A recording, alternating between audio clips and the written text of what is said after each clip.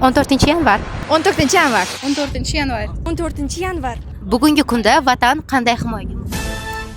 Gunohmaydigan bolalarga muhtoj. Vatan himoyachisi bo'lish faqat harbiylarga xosmi? Albatta yo'q.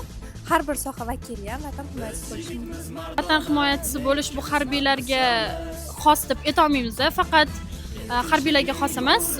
Shu vatanni, shu O'zbekistonda har bitta farzandi, xoh o'g'il bo'lsin, xoh qiz bo'lsin, himoya qilishga burchi deb bilish kerak. Fikrimcha, vatan himoyasi bu har bir fuqaroning o'z burchi deb bilaman va bu nafaqat harbiylarni, balki har bir fuqaroni o'zini mamlakatiga foyda olib kelishi deb bilaman. Yo'q, faqatgina harbiylarga emas, balki butun jamiyatimizdagi insonlarga xosdir.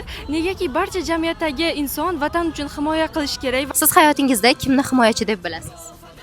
Menimcha, shu har bitta qizni hayotida birinchi qahramoni shu adasi bo'lsa kerak. Shu jumladan meni ham qahramonim adam bolalar. Adammi, akami va kursdosh yigitlarni himoyachi deb bilaman. Bugun vatan himoyachilariga aytiladigan eng muhim gap nima deb o'ylaysiz? Sizlar doimo o'zingizni asrang, chunki bizga suv va havodek zarursiz. Bizni himoya qilayotgan va himoya qilishni o'z zimmasiga olgan yurtimiz o'g'lonlari, bayramingiz muborak.